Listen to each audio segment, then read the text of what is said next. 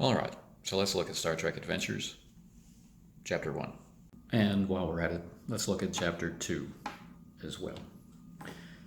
Star Trek Adventures, you have two options. You have the regular edition and you have the collector's edition. There's no real difference to the interior. So I guess that's all we can really say about that. Why that's important is because the book went to print without being ready. So until Modiphius has a chance to redress that, the copies that are out there have significant errata in them. This can be something minor, like repeated words, or it can be something major, like entire sentences missing. There's very little at this point that they can do about correcting the organizational decisions that were made during layout as a result of the look of the layout that they went for. Now, while some people will adapt to this without complaint, there are others, the way that they play or the process through which they play, will find the book and using the book to be incredibly frustrating. Now, Chapter 1 and Chapter 2 don't really fall prey to this issue. They are exciting, they're pretty interesting, they establish a good beachhead of understanding about exactly what this game is going for and how it can be used. And how it can be used is pretty exciting, actually. This is a Star Trek game which accepts the fact that probably right now in gaming, the single largest group of Star Trek fans are in some way connected to the Next Generation era. Either that's the one that was on TV when they were little kids, or that's the one that was most often on TV during their lives. That and its hit spin-offs into Deep Space Nine and Voyager. There's not a lot of mention of Enterprise in here, but it is mentioned. And similarly, there's not a great focus on the original series, but it also is in here. And all the way through the book, as the book describes how to do things or what things look like or how things are statted out, care is paid so that if your group wants to run original series, if it wants to run something inspired by Enterprise or Deep Space Nine or Next Generation or Voyager or what have you, you don't have any problem doing that, and you don't need to go out and buy some additional source book for playing in the era that you have chosen. And I think that is a massive strength. I wish more games would take that approach. So in Chapter 1, this is kind of the obligatory chapter aimed at people who've never played a role-playing game before, who've never played a Star Trek role-playing game before. It does those jobs very well. People who have no exposure to role-playing, they get a good introduction here. People who have no exposure to Star Trek role-playing get a very clear sense of how the IP is going to be handled within the context of this role-playing game. People who have no exposure to Star Trek, they get a pretty good sense of what kind of IP Star Trek is, how deep it is, and how this book is going to talk about it, so that they can go and acquaint themselves with watching some episodes of the television series and making their decisions based on that. Right? It's not an introduction to a complete newcomer to Star Trek. The way that Chapter 1 and Chapter 2 speak about historical events within the context of the different eras, they're like callbacks to episodes that you've seen, right? There's name drops and there's events that are described without reference to the episode that they're in, so that you're nodding your head going, oh yeah, I remember that one. And so, as a lifelong Star Trek watcher, I really got a lot of enjoyment out of all of these things dropped in as sidebars dropped in as notes to the game master and so on and so forth. So it's an excellent form of shorthand for Star Trek fans. And care is taken to present the rules in their early stages in this book for newcomers to role-playing. In later chapters, that latter goal starts to break down, mostly because the book sends you jumping to various different locations in the book in order to establish in your mind all of the steps and difficulty numbers and requirements for any particular task that might be giving you trouble. It's rare that you can go and get an answer for something on one page, and that can be frustrating, particularly for a newcomer. To put it in context of my group, I don't have a group of newcomers. I have a huge group of Star Trek and Star Wars fans who enjoy role-playing games and who took to this system really easily, and we enjoyed some incredible play that felt exactly like Star Trek episodes. Like, this has been one of my strongest positive reactions to a role-playing version of a media property. Right? I really did not expect this strong a feeling of a Star Trek episode, and we'll talk about that later in the series. So, one thing I want to be completely clear: when you hear criticism during the course of this series, it's going to be targeted directly at how the concepts of the game made it onto the page. Right? The organizational principles and the things like the bookmarking in the PDF and the way that the index works in the printed book. Right? So these are quality control issues, not really writing or design issues per se. By way of example, let's take a look at this opening spread, page 3 and page 4 of Star Trek Adventures. The dark background in the PDF is a little lighter than how it appears on the actual printed page. This is a screenshot from the PDF. But the print version is glossy, so the result of the reading experience is about the same. Now, at the top of the page, we get the very famous quote, "Space, the final frontier," and yet this very famous quote is attributed to Jean-Luc Picard.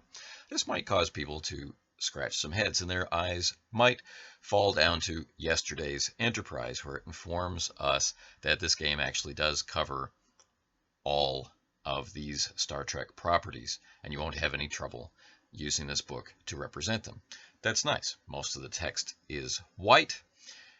The GM sidebar is that lavender color, including for its text, and the header color is orange, and that orange is also used for quotes throughout the book, some of which may be longer than others. Some might be multiple paragraphs in length, such as for the example of play, which we're going to talk about in a little bit. So, as I mentioned, in Chapter 1, we are introduced to which Star Trek is this? Well, it's really all of them, but the one that's going to serve as the default is the Next Generation. And we get into what is a role-playing game and what will you need and what has Modiphius made available. So this is where the product advertisement comes in the game. Things like tokens. Now, often I'm the sort of player who will just use, tick marks on paper to track things like that. But we did get the tokens for the game concept of momentum, which is a reflection of ongoing success and teamwork, and for threat, which is a reflection of how things can be magnified into greater degrees of interest and challenge by the game master. We did start using them, and of course they speed play and they add a visceral element to things.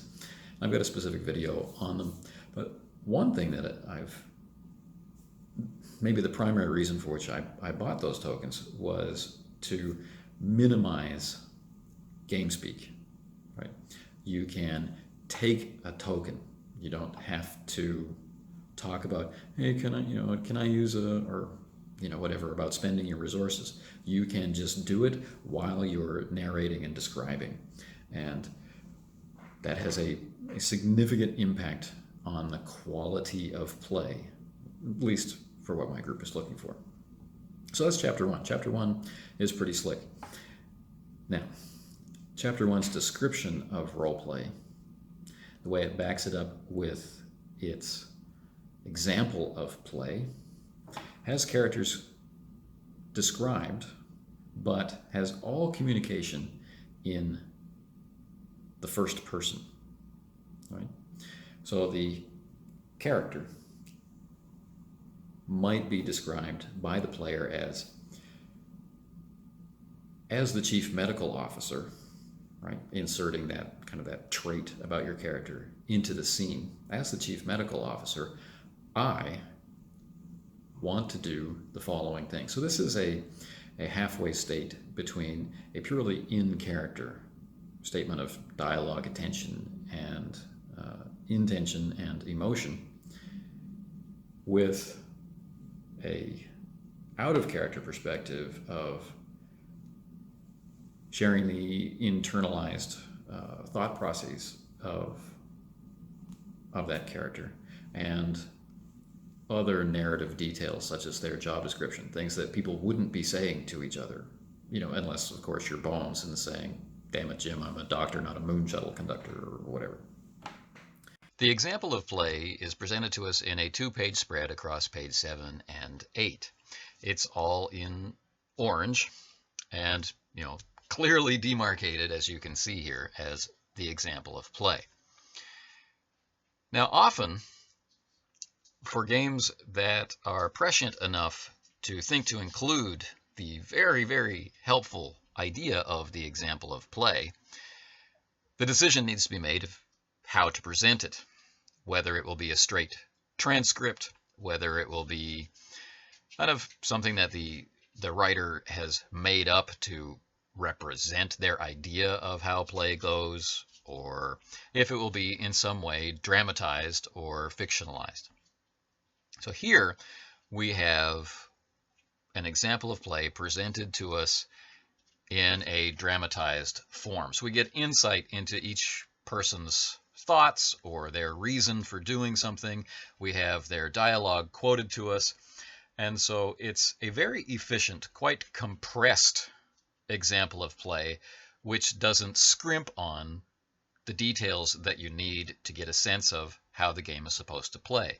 And this also carries with it this idea of in-character play with a pretty heavy focus on describing things and stating things in the first person. Not fully in the first person, but heading in that direction. So this is a very comfortable state, perhaps, not sitting in the third person, talking about your character, but generally combining you, the player, and you, the character, together into one entity. Okay, so let's read a little to get a sense of what I'm talking about. Now, there are some typos and other problems, so it's not going to be a well-dramatized reading, but please bear with me. Aboard the Klingon landing pad. I would like to diagnose the Klingon warrior to find out whether he's infected with the virus, states Ashley, playing Dr. Anjar Laurel, the Thunderchild's chief medical officer. Okay, he's struggling and doing as all Klingons would, and trying to mask his pain. He isn't being all that cooperative. Get off me, human! I'll fight this myself, he yells at you. Sam, the game master, describes as he figures out the difficulty of the task. Normally, this task would be difficulty 1, but because of the Klingon species trait, he's not making it easy for Dr. Anjar, so Sam increases the difficulty to 2. Sam defines the task as a reason plus medicine task, so Ashley takes her reason attribute of 12 and her medicine discipline of 4 to make a target number of 16. She's a medical specialist and knows her stuff, so her focus of xenobiology applies in this case, giving her a chance of scoring 2 successes if any one of her dice roll below 4. Ashley scores a 15 and a 3 on her 2d20, scoring her 3 successes. That means she diagnoses the Klingon and has 1 momentum to spend now, or bank for the group. She decides to spend it now. I want to know how the virus is likely passed between people, she asks. Well, describes Sam, based on your knowledge of xenobiology, this particular strain would only be transferred between Klingons, but it has been known to pass to denobulans as well. Michael, playing the denobulan pilot, pipes up as a con officer, Lieutenant Metis. I might stay with the shuttle then, just so there's no risk to the crew, and we're ready to leave the station if anything were to happen. What do the rest of you want to do? Asks Sam. Now, what does this example of play show us? Well, it shows us players speaking as I about their characters. And then the authors of the book are informing us about the context of that discussion happening. So the transcript is what people are saying, and the dramatized portion of it is why they happen to be saying it. Now, this example of play is truly excellent in that it highlights one of the most difficult parts of the game for people to grasp, and that's not the game mechanics. That's control of information, because characters in this game are incredibly competent. The initial presentation of information about the scene does need to be fairly complete, and connecting things to what people have chosen as representative of their character skills needs to happen. But people are free to act once the game master has explained the information.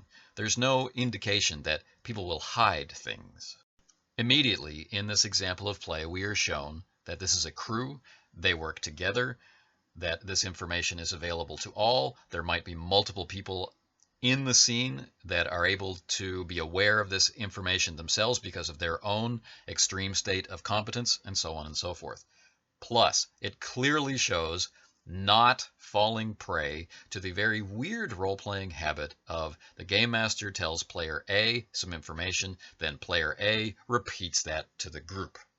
Not only is that somewhat inefficient and slow, using a lot of time to literally cut and paste, in a sense, it sets up this separation which is not really something that matches the idea of this unified, harmonious Starfleet crew. It also demonstrates that the first person to be able to interact with the information is the person searching for it. They can choose to spend their extra momentum to dig deeper in a specific way into that information related to their own specialties.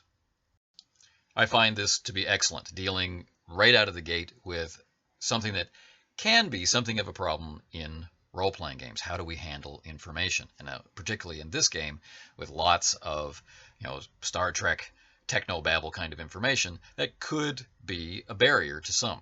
It's great that they handle it here. Now, the example of play is not without its problems, because even though it starts out so strongly with a very proactive set of statements from its crew, it then slides into more of a mother may I situation with the players asking the game master if they can do things, if they can use their skills. And that's not what this game is about, nor is it how it's set up. So the intention seems to be experiencing character, the way that things are written out. However, can it meet this goal?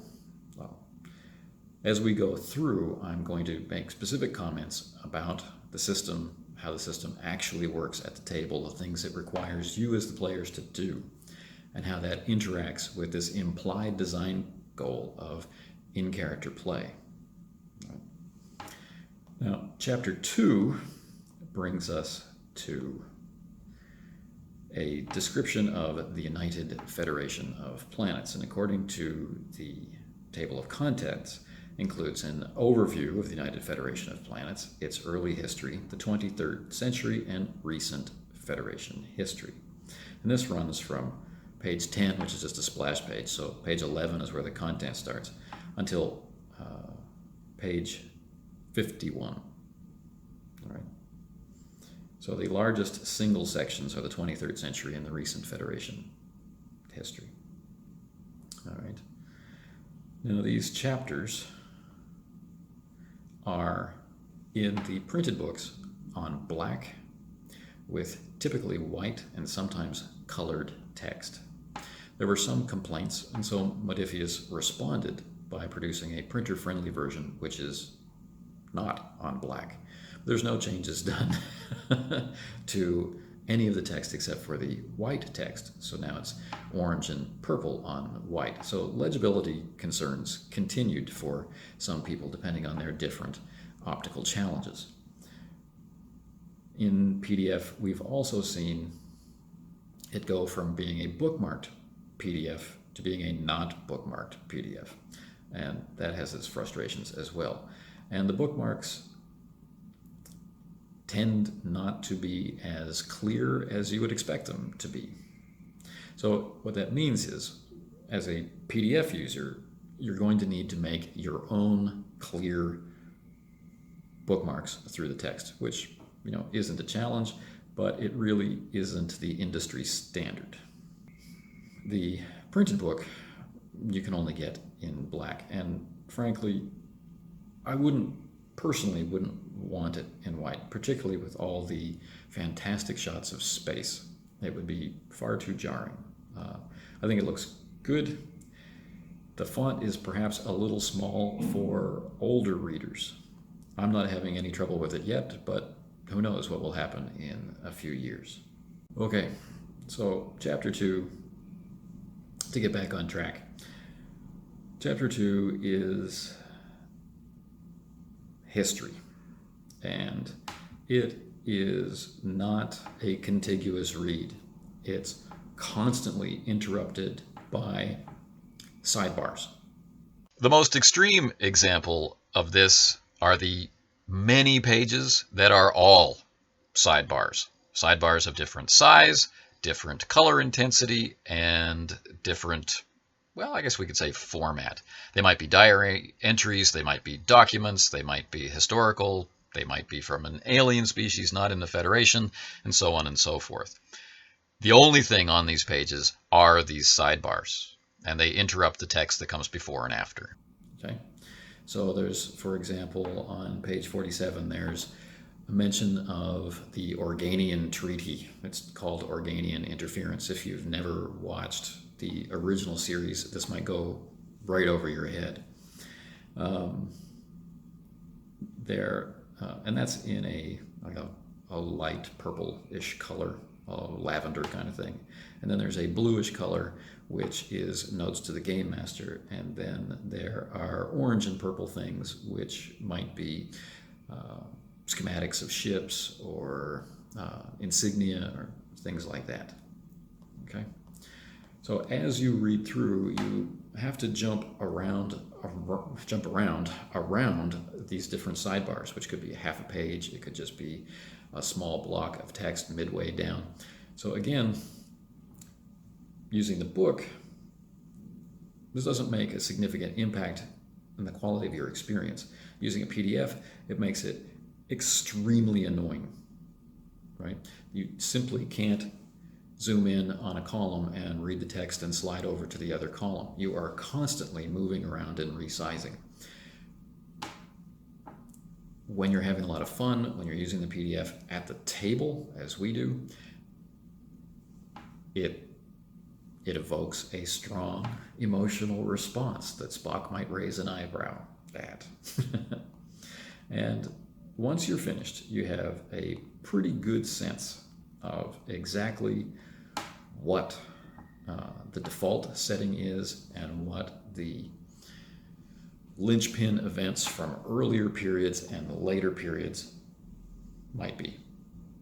So I think it's excellent. It's obviously written by people with a lot of love and care in the Star Trek universe, and they want you to be really comfortable throwing yourself into the game. Like, this is, this is Star Trek. This is what Star Trek's all about. And so it's kind of preloading you with names you can drop and events that people can refer to. I mean, you can really use all of the episodes of Star Trek as your historical database that the computer might bring up and reference. So you can get into some really deep and complicated plots. Or, if you're not really into plotting, you can at least get into a lot of very suggestive situations that the players can feel comfortable riffing on for their technobabble or for their studies as children in school and family stories and things like that, to make everything that happens grounded in some way in the Star Trek universe. So it's really strong. Chapter 3, the next chapter for the next video, is called Your Continuing Mission, which again is more background, and it's looking at Starfleet's purpose, Prime Directive, Starfleet Academy, so on and so forth. So until then.